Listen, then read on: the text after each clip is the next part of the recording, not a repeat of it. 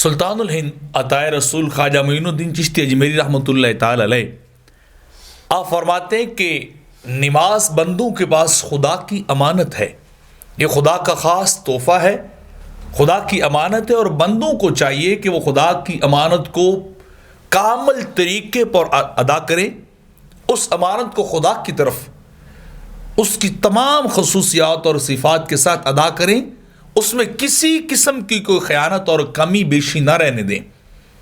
کسی طرح کا نقص اس کے اندر جو ہے وہ نہیں رہنے دینا چاہیے۔ اور آپ فرماتے ہیں یہ وہ راز ہے نماز جو بندے اور خدا کے درمیان ہے۔ جب بندہ نماز کو ادا کرنے کے لیے کھڑا ہوتا ہے تو وہ اپنے رب سے مناجات کرتا ہے، اپنے رب کی بارگاہ میں وہ التجا کرتا ہے، اپنے رب کی پہلے حمد و ثنا کرتا ہے، اس کی تعریف کرتا ہے، اس کی مالکیت کا اعتراف کرتے ہوئے پھر اس سے عجز ریاض کے ساتھ بندہ طلب کرتا ہے کہ اہدنا الصراط المستقیم، کہ اے میرے اللہ تو مجھے سیدھے راستے پہ چلا، سیدھے راستے والا مجھے بنا، اور ان لوگوں کا راستہ دکھا جن پہ تیرا انعام ہے،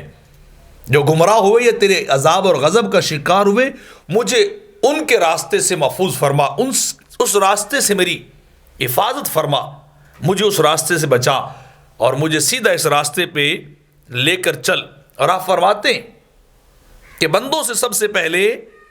قیامت کے روز نماز کا حساب ہوگا، انبیاء سے، اولیاء سے، ہر مسلمان سے قیامت کے دن پہلا سوال نماز کے متعلق ہوگا، اور جو اس سوال میں کامیاب ہو گیا